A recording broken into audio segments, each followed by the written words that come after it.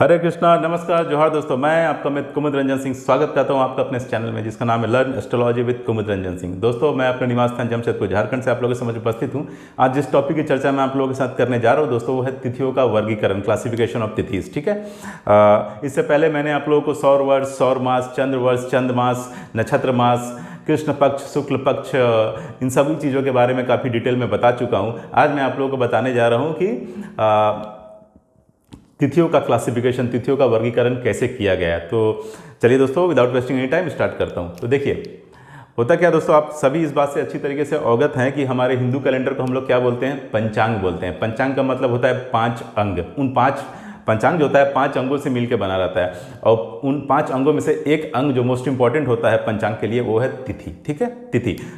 तो कोई भी शुभ मतलब कोई भी त्यौहार हो, व्रत हो, या कोई भी संस्कार हो, जैसे जनेऊ हो, मुंडन हो, विवाह हो, इन सभी के लिए क्या होता है दोस्तों? आपको पंचांग देखने की ज़रूरत होती है, आपको शुभ मुहूर्त निकालना होता है। ठीक है, तो उसके लिए आपको पंचांग में तिथि की जानकारी का होना भी बहुत आवश्यक है। तो मैं आज वही आपको बताने जा रहा हूँ, और विश्वास कीजिए दोस्तों, मेरे पिछले कुछ एपिसोड और आगे जाने वाले जो कुछ एपिसोड्स होंगे, वो सभी आपको पंचांग देखने के लिए ही मैं बना रहा हूँ। ठीक है, आप इतने एलिजिबल खुद ब खुद हो जाएंगे कि आप पंचांग देख करके शुभ मुहूर्त खुद ब खुद निकाल लेंगे। आपको किसी के भरोसे रहने की आवश्यकता नहीं है। ठीक है, तो मैं उम्मीद करता हूँ कि आप मेरे सभी एपिसोड को, पिछले एपिसोड्स को भी देखते हुए आ रहे होंगे, और आगे भी जो एपिसोड होंगे उसको देखेंगे। तो ठीक है, चलिए दोस्तों, तिथियों के वर्गीकरण के बारे में बता रहा हूँ। तो देखिए, आप जानते हैं कि वैदिक एस्ट्रोलॉजी में चंद्रमास को कंसीडर किया गया है। ठीक है, और चंद्रमास में कितनी तिथियां होती हैं? तो 30 तिथियां होती है, और 30 तिथियां हो गई। और ये 30 तिथियां जो होती है दोस्तों, क्या होती है? आपके 2 पक्षों में डिवाइड रहती है। एक हो गया शुक्ल पक्ष, दूसरा हो गया कृष्ण पक्ष। 15 दिनों 15 का शुक्ल पक्ष, 15 का कृष्ण पक्ष। ठीक है, शुक्ल पक्ष से स्टार्ट होता है और कृष्ण पक्ष की अमावस्या से खत्म होता है। शुक्ल पक्ष की जो अंतिम तिथि होती है वो होती है पूर्णिमा, और कृष्ण पक्ष की जो अंतिम तिथि होती है दोस्तों, वो है अमावस्या। आप जानते हैं शुक्ल पक्ष को शुभ माना जाता है। शुक्ल पक्ष का मतलब होता है उजाले की ओर जाना, चंद्रमा की कलाओं का बढ़ना, चंद्रमा का साइज का बढ़ना। और कृष्ण पक्ष का मतलब होता है अंधेरे की ओर जाना, चंद्रमा की कलाओं का घटना, चंद्रमा के साइज का घटना। ठीक है, तो इतना तो आपको अभी तक मालूम चल गया होगा, मैंने इसको पहले भी बताया है आप लोगों को। अब मैं बताता हूँ कि तिथियों को कैसे आपको मालूम करना है कि कौन सी तिथि शुभ है, कौन सी अशुभ है, और कैसे उसका वर्गीकरण किया गया, और कौन से डेट को कौन सा काम करना है। तो देखिए, शुक्ल पक्ष हो या कृष्ण पक्ष हो दोस्तों, टोटल जो 30 तिथियां होती है उसमें 14 तिथियां जो है वो कॉमन होती है। वो शुक्ल पक्ष में भी होगी, कृष्ण पक्ष में भी होगी। ठीक है, वो शुक्ल पक्ष में भी होगी और कृष्ण पक्ष में होगी। 2 तिथियां जो है वो अलग अलग होगी, दोनों का नाम भी अलग है। एक शुक्ल पक्ष की अंतिम तिथि जिसको हम पूर्णिमा बोलते हैं, दूसरा कृष्ण पक्ष की अंतिम तिथि जिसको हम अमावस्या बोलते हैं। ठीक है, तो देखिए, तिथियों के नाम इस तरीके से हैं। प्रतिपदा जिसको आप प्रथमा भी बोल सकते हैं, द्वितीया, तृतीया, चतुर्थी, पंचमी, षष्ठी, सप्तमी, अष्टमी, नवमी, दसवीं, एकादशी, द्वादशी, त्रयोदशी, चतुर्दशी। उसके बाद शुक्ल पक्ष की अंतिम तिथि पूर्णिमा जिसको हम पंचांग में 15 नंबर से इंडिकेट करते हैं, और कृष्ण पक्ष की अंतिम तिथि अमावस्या जिसको हम 30 नंबर से रिप्रेजेंट करते हैं। ठीक है, तो ये 14 तक जो नाम है, प्रतिपदा से लेकर के चतुर्दशी तक, ये कृष्ण पक्ष में भी ये सेम नाम रिपीट होंगे 15 उनकी तिथियों के लिए, और शुक्ल पक्ष की तिथियों के लिए भी सेम रिपीट होंगे। ठीक है, सिर्फ नाम कहाँ चेंज होगा? तो शुक्ल पक्ष की अंतिम तिथि यानी 15वीं तिथि जो होगी पूर्णिमा के लिए, ठीक है, पूर्णिमा आ गई, और कृष्ण पक्ष की अंतिम तिथि जिसको हम अमावस्या बोलते हैं। ठीक है, पंचांग में पूर्णिमा को हमेशा 15 नंबर से रिप्रेजेंट किया जाता है, और अमावस्या को हमेशा वहाँ पे 30 नंबर से रिप्रेजेंट किया जाता है। ठीक है, अब देखिए, इन तिथियों को क्या किया गया दोस्तों, फर्दर 5 प्रकार से वर्गीकृत किया गया है। ठीक है, और वर्गीकरण क्या है? तो 5 जो नाम है तिथियों के, वो है नंदा, भद्रा, जया, रिक्ता और पूर्णा। ठीक है, इन तिथियों को, ये जो 30 तिथियां हैं, इसको 5 तरीके से डिवाइड किया गया, वर्गीकृत किया गया है। पहला नाम दिया गया है नंदा तिथि, दूसरा भद्रा तिथि, तीसरा जया तिथि, चौथा रिक्ता तिथि, और 5वां पूर्णा तिथि। ठीक है, अब आपको कैसे मालूम चलेगा कि हाँ ये फलाना तिथि किस कैटेगरी में आ रही है? ठीक है, तो उसके लिए आपको क्या करना है, चुपचाप आपको ये कर देना है, एक नंबर लिख देना है। ठीक है, 1 से लेकर 5 तक, 1 2 3 4 5, फिर यहाँ से स्टार्ट करना 6 7 8 9 10, फिर यहाँ से स्टार्ट करना 11 12 13 14 और 15। ठीक है, 1 का मतलब, अब आइए, नंदा के सामने आपको क्या दिख रहा है? 1 6 और 11। ठीक है, 1 का मतलब होता है दोस्तों प्रथमा, 6 का मतलब होता है षष्ठी, और 11 का मतलब होता है दोस्तों एकादशी। ठीक है, तो शुक्ल पक्ष और कृष्ण पक्ष दोनों पक्षों की प्रथमा, षष्ठी और एकादशी जो तिथि होगी दोस्तों, वो क्या होगी?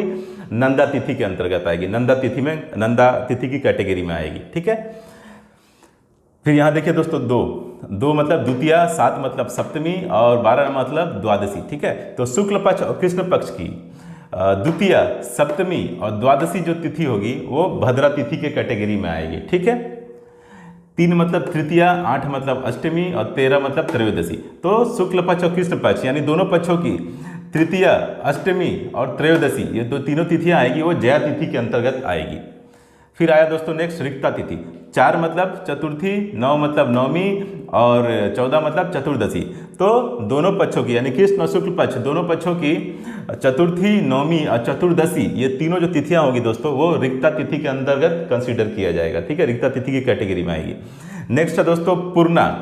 5 मतलब पंचमी, 10 मतलब दसवीं, 15 मतलब पूर्णिमा। याद रखिएगा दोस्तों ये जो 15 है ये आपके पूर्णिमा को रिप्रेजेंट कर रहा है। ठीक है, तो और ये जो 15 है पूर्णिमा मतलब शुक्ल पक्ष का पूर्णिमा, शुक्ल पक्ष जो है उसको रिप्रेजेंट करे। जो 15 नंबर है ये शुक्ल पक्ष की पूर्णिमा को रिप्रेजेंट कर रहा है। अमावस्या को हमेशा पंचांग में 30 नंबर से रिप्रेजेंट किया जाता है। ठीक है, तो ये जो दोनों है पंचमी और दसवीं ये दोनों पक्षों का है यानी शुक्ल पक्ष का भी है और कृष्ण पक्ष का है। ठीक है, और ये जो 15 नंबर है वो क्या है, सिर्फ शुक्ल पक्ष का है। ठीक है, तो शुक्ल पक्ष और कृष्ण पक्ष की पंचमी और दसवीं तिथि, ठीक है, और शुक्ल पक्ष की 15वीं तिथि यानी कि पूर्णिमा जो है वो किस में कंसीडर की जाएगी दोस्तों, वो कंसीडर की जाएगी आपके पूर्णा तिथि की कैटेगरी में। क्लियर है?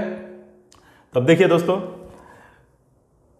कौन सा काम कौन सी तिथि को किया जाता है। ठीक है, हर तिथि में आप हर काम नहीं कर सकते। ठीक है, कोई तिथि ऐसी होती है जो पर्टिकुलर किसी चीज़ के लिए उपयुक्त होती है। ठीक है, तो देखिए नंदा तिथि में नया व्यापार व्यवसाय या भवन निर्माण के लिए अत्यंत शुभ। ठीक है, नया नंदा तिथि को आपको तब कंसीडर करना है जब आप कोई नया बिजनेस स्टार्ट कर रहे हैं या आप कोई मकान निर्माण का, भवन निर्माण का कार्य स्टार्ट कर रहे हैं, तब आपको हमेशा क्या करना है दोस्तों, नंदा तिथि को कंसीडर करना है। क्लियर है?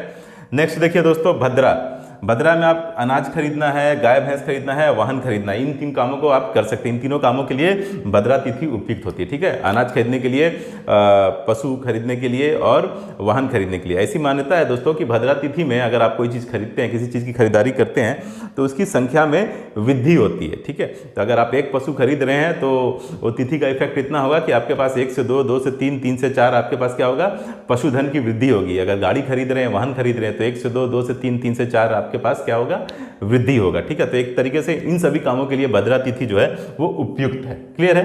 नेक्स्ट है दोस्तों जया। तो देखिए जया का मतलब ही होता है विजय, जीत हासिल करना। ठीक है, जया तिथि में आप कोर्ट कचहरी के जो मामले हैं उसको निपटा सकते हैं आप जया तिथि में। ठीक है, नेक्स्ट हो गया दोस्तों शस्त्र खरीदना। अगर आर्म्स वगैरह खरीदना चाहते हैं, ठीक है, आर्म्स वगैरह के लिए लाइसेंस के लिए अप्लाई करना चाहते हैं तो उसके लिए जया तिथि जो है सर्वोत्तम है। उसके बाद युद्धाभ्यास करना। आप देखते होंगे कि बहुत सारे देश जो होते हैं वार प्रैक्टिस करते हैं, युद्धाभ्यास करते हैं, तो उसके लिए जया तिथि जो होती है सबसे ज़्यादा उपयुक्त मानी जाती है। क्लियर है? नेक्स्ट है दोस्तों रिक्ता तिथि। तो देखिए रिक्ता तिथि दोस्तों, रिक्ता जो है वो बना है आपके वर्ड रिक्त से। रिक्त का मतलब होता है खाली, शून्य। तो ये जो तिथियां होती है इन तिथियों में कोई भी शुभ कार्य आप नहीं कर सकते हैं। कोई भी गृहस्थ किसी भी तरीके का शुभ कार्य इस तिथि में नहीं करना चाहिए, वर्जित है। ठीक है, किसी भी गृहस्थ के लिए कोई भी शुभ काम करना इस तिथि को, रिक्ता तिथि को वर्जित है। ठीक है, हाँ, ये रिक्ता तिथि किसके लिए उपयुक्त है, जैसे तंत्र मंत्र की साधना हो गई, सिद्धि हो गई, उसके लिए रिक्ता तिथि जो हो गई वो उपयुक्त है। लेकिन यहाँ भी आप दोस्तों ये याद रखिएगा, साधना ही करनी है, सिद्धि करनी है तो मंत्र की सिद्धि कीजिए, भगवान के सामने हाथ जोड़िए, भगवान की उपासना कीजिए। ठीक है, तंत्र जो है उसके चक्कर में मत जाइएगा, जादू टोना, ब्लैक मैजिक, ये सब घटिया चीज़ों के चक्कर में मत रहिएगा। ठीक है, ना खुद कीजिएगा ना तो वैसे लोगों के संसर्ग में रहिएगा। ठीक है, वैसे लोगों से दूर रहिए तो आपके लिए बेहतर है, क्योंकि एक बार इस तरीके के चीज़ों के पीछे जाने का मतलब है कि धीरे धीरे आप मानसिक रूप से विक्षिप्त हो जाएंगे। आपने कई बार सुना होगा ना, दुर्गा पूजा के समय कई बार ऐसे हादसे होते हैं और न्यूज़पेपर में भी आती है कि फलाना ने अपने ही बच्चों की बलि दे दी। तो ठीक है, वो क्या है दोस्तों, वो उसमें इतना पागलपन की हद पार कर जाता है और उसको खुद ब खुद क्या अच्छा है क्या बुरा है वो सोचने की क्षमता उसमें नहीं रह जाती। ठीक है, तो तंत्र के चक्कर में कभी नहीं पड़ना है, ना तो वैसे लोगों के चक्कर में पड़ना है। आपको सिर्फ और सिर्फ भगवान की भक्ति करनी है और बहुत है आपके लिए। ठीक है, सब कुछ मिल जाएगा। नेक्स्ट है दोस्तों पूर्णा तिथि। तो देखिए पूर्णा तिथि में दोस्तों जैसे शुभ विवाह वगैरह के लिए जो मुहूर्त होता है उसके लिए शुभ है पूर्णा तिथि, ठीक है। विवाह के लिए कोई यज्ञ वगैरह का आयोजन करना है, भोज वगैरह का आयोजन करना है, तो उनके लिए क्या होता है दोस्तों, पूर्णा तिथि को कंसीडर किया जाता है, सबसे ज़्यादा उपयुक्त माना जाता है। क्लियर है? तो अब तक तो आप समझ गए होंगे दोस्तों कि तिथियां का वर्गीकरण किस प्रकार से किया गया है और कौन सी तिथि को किन कामों के लिए हमको चूज करना है, सेलेक्ट करना है, चुनाव करना है, ठीक है।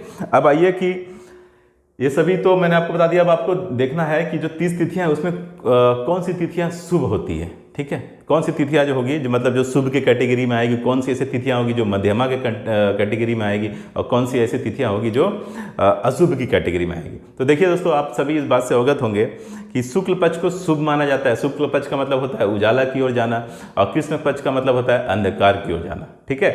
और कोई तिथि कितना शुभ है वो डिपेंड करता है चंद्रमा के पक्ष के बल पर, ठीक है। चंद्रमा जो होता है उसके पक्ष बल पर डिपेंड करता है कि वो तिथि शुभ है या नहीं है। अगर चंद्रमा बली है तो तिथि शुभ है और चंद्रमा अगर निर्बल है तो वो तिथि क्या होगी दोस्तों, अशुभ होगी, ठीक है। तो देखिए शुक्ल पक्ष की प्रतिपदा, द्वितीया, तृतीया, चतुर्थी और पंचमी जो तिथि होती है दोस्तों वो क्या मानी जाती है, वो अशुभ मानी जाएगी। जो पहली जो 5 तिथियां होगी शुक्ल पक्ष की, प्रतिपदा, द्वितीया, तृतीया, चतुर्थी और पंचमी, ये 5 तिथियां जो होगी दोस्तों वो अशुभ मानी जाएगी। ऐसा इसलिए क्योंकि देखिए अमावस्या जैसे ही खत्म होता है तो उसके बाद शुक्ल पक्ष स्टार्ट होता है। आप जानते हैं ना, अमावस्या के दिन सूर्य और चंद्रमा बिल्कुल सीधे एक लाइन में होते हैं, 0 डिग्री के एंगल पे होते हैं, ठीक है। और जैसे ही 0 डिग्री से चंद्रमा आगे बढ़ता है, क्योंकि चंद्रमा की स्पीड सूर्य से ज़्यादा है, चंद्रमा 2.25 दिन में एक राशि का भ्रमण कर लेते हैं और सूर्य क्या होता है एक दिन में 1 डिग्री सिर्फ मूव करता है, ठीक है। तो चंद्रमा की गति चूंकि सूर्य से ज़्यादा है, तो जैसे ही सूर्य और चंद्रमा जैसे ही चंद्रमा सूर्य से 12 डिग्री की एंगल पे आ जाता है, मूव कर जाता है आगे, तो क्या बनता है दोस्तों, एक तिथि का निर्माण होता है। फिर 12 से 24 पे जैसे ही आता है तो दूसरी तिथि का निर्माण, 24 से 36 पे आएगा तो तीसरी तिथि का निर्माण, 36 से 48 पे आएगा तो चौथी तिथि का निर्माण, 48 से 60 पे आएगा तो 5वीं तिथि का निर्माण। इसलिए मतलब है कि हर 12-12 डिग्री के डिफरेंस पे, हर 12 डिग्री के इंटरवल पे, मतलब 12 डिग्री के डिफरेंस पे एक एक तिथि का निर्माण होता है। तो ठीक है, तो जैसे ही अमावस्या होता है, अमावस्या के दिन क्या होता है, चंद्रमा बिल्कुल निर्बल होता है, उसकी कोई रोशनी नहीं होती, उसका कोई करीबन छिन रहता है, उसकी साइज बहुत छोटी हो गई रहती है, ठीक है, ना के बराबर, दिखती भी नहीं है, ठीक है। तो उस समय के चंद्रमा को क्या बोला जाता है, निर्बल चंद्रमा, क्षीण चंद्रमा, ठीक है। तो अमावस्या के जस्ट बाद क्या हुआ दोस्तों, शुक्ल पक्ष स्टार्ट हुआ, ठीक है। तो शुक्ल पक्ष की पहली तिथि प्रतिपदा, दूसरी द्वितीया, तीसरी तृतीया, चौथी चतुर्थी और पंचमी, 5वीं जो होगी पंचमी तिथि को। तो पंचमी तिथि तक क्या हुआ दोस्तों, सूर्य जो चंद्रमा है वो धीरे धीरे अपना साइज क्या कर रहा है, गेन कर रहा है, ठीक है। लेकिन उतना भी नहीं गेन कर लिया कि वो पक्ष में बली हो गया, ठीक है। धीरे धीरे साइज जरूर बढ़ रहा है, शुभता की ओर जा रहा है, लेकिन उतना भी ज़्यादा साइज गेन नहीं कर लिया कि वो पक्ष बली हो गया, पूरी तरीके से शुभ हो गया। उस समय भी उनका साइज क्या होता है, छोटा ही होता है, ठीक है, कम होता है, ठीक है। तो इसलिए शुक्ल पक्ष की प्रतिपदा, द्वितीया, तृतीया, चतुर्थी और पंचमी जो तिथि है उसको अशुभ के कैटेगरी में कंसीडर कर लिया जाता है। नेक्स्ट है दोस्तों, जो 5 तिथियां हैं, षष्ठी, सप्तमी, अष्टमी, नवमी और दसवीं, ठीक है। शुक्ल पक्ष की षष्ठी, सप्तमी, अष्टमी, नवमी और दसवीं, ये जो 5 तिथियां हैं शुक्ल पक्ष की, इसको मध्यमा के श्रेणी में कंसीडर किया जाता है। यानी उस समय तक जो चंद्रमा होते हैं मध्यम बली होते हैं, समझ लीजिए, ठीक है। एवरेज, ऑन एन एवरेज अपना जो बल है उसको धीरे मतलब प्राप्त कर चुके रहते हैं, ठीक है। एवरेज बली आप इसको बोल सकते हैं, पूर्ण बली नहीं, एवरेज, ठीक है। निर्बल से ज़्यादा बल हो जाता है इनका, ठीक है। तो पहली 5 तिथियों की तुलना में षष्ठी, सप्तमी, अष्टमी, नवमी और दसवीं जो है उनको क्या बोला जाता है, मध्यमा की कैटेगरी में कंसीडर किया जाएगा। और इन तिथियों में जो चंद्रमा का जो बल होगा वो मध्यम बली आप उसको बोल सकते हैं, ठीक है। नेक्स्ट क्या है दोस्तों, 10वीं के बाद की जो नेक्स्ट 5 तिथियां हैं, एकादशी, द्वादशी, त्रयोदशी, चतुर्दशी और पूर्णिमा, ठीक है। इन 5 तिथियों में चंद्रमा अपना पूर्ण बल प्राप्त कर लेते हैं, पूर्ण प्रकाश प्राप्त कर लेते हैं, ठीक है। और इस कंडीशन में हम क्या बोलेंगे कि चंद्रमा पूर्ण बली है। और इसलिए शुक्ल पक्ष की एकादशी, द्वादशी, त्रयोदशी, चतुर्दशी और पूर्णिमा सबसे अच्छी तिथियां मानी जाती है, सबसे अच्छी तिथियां है किसी भी मुहूर्त के लिए। क्लियर है दोस्तों।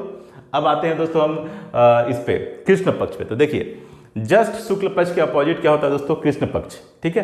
शुक्ल पक्ष अमावस्या खत्म होता है, शुक्ल पक्ष स्टार्ट होता है, और कृष्ण पक्ष क्या होता है दोस्तों, पूर्णिमा खत्म होता है और कृष्ण पक्ष स्टार्ट होता है, ठीक है। शुक्ल पक्ष स्टार्ट होता है अमावस्या खत्म होने के बाद, और कृष्ण पक्ष स्टार्ट होता है पूर्णिमा खत्म होने के बाद, ठीक है। पूर्णिमा का मतलब क्या होता है, फुल मून, यानी उस दिन चंद्रमा का साइज बिल्कुल पूरा का पूरा होता है, उसकी पूरी का पूरी कलाएं प्रेजेंट रहती है, ठीक है।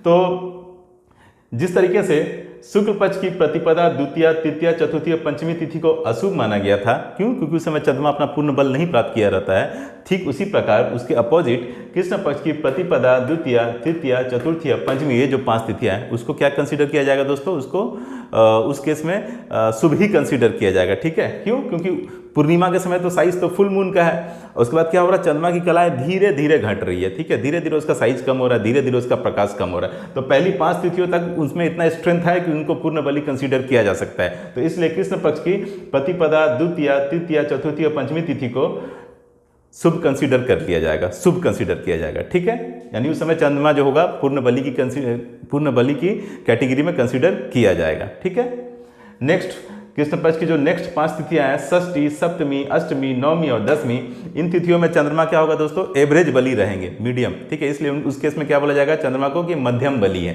क्लियर है? सेम का सेम शुक्ल पक्ष की तरह कृष्ण पक्ष में भी जो बीच की जो 5 तिथियां हैं, षष्ठी, सप्तमी, अष्टमी, नवमी और दसवीं, उसमें चंद्रमा क्या हो जाए? मध्यम बलि कंसीडर किए जाएंगे। ठीक है, उसके बाद नेक्स्ट जो कृष्ण पक्ष की 5 तिथियां हैं, एकादशी, द्वादशी, त्रयोदशी, चतुर्दशी और अमावस्या। ठीक है, ये जो 5 तिथियां होगी वो क्या कंसीडर किया जाएगी? कृष्ण पक्ष की अशुभ, पूर्णतः अशुभ। ठीक है, क्यों? क्योंकि उस समय तक चंद्रमा अपना पूरा का पूरा प्रकाश गंवा चुके होंगे, पूरा का पूरा बल जो है वो गंवा चुके होंगे, उनकी कलाएं घट चुकी होगी, उनका साइज बिल्कुल छीन हो गया होगा, खत्म हो गया होगा। ठीक है, तो इसलिए कृष्ण पक्ष की जो अंतिम 5 तिथियां हैं, एकादशी, द्वादशी, त्रयोदशी, चतुर्दशी और अमावस्या, इनको अशुभ तिथियों में कंसीडर किया जाएगा। ठीक है, मेरा आप लोगों को सजेशन दोस्तों यही है कि जब भी तिथि का चुनाव करना हो तो हमेशा आप कोशिश कीजिए कि शुक्ल पक्ष में तिथियों का चुनाव कर सकें। और शुक्ल पक्ष में भी अगर वो तिथियां एकादशी, द्वादशी, त्रयोदशी, चतुर्दशी और पूर्णिमा हो तब तो कुछ कहना ही नहीं। ठीक है, बहुत बेहतर है, बहुत बेस्ट है ये। ठीक है, तो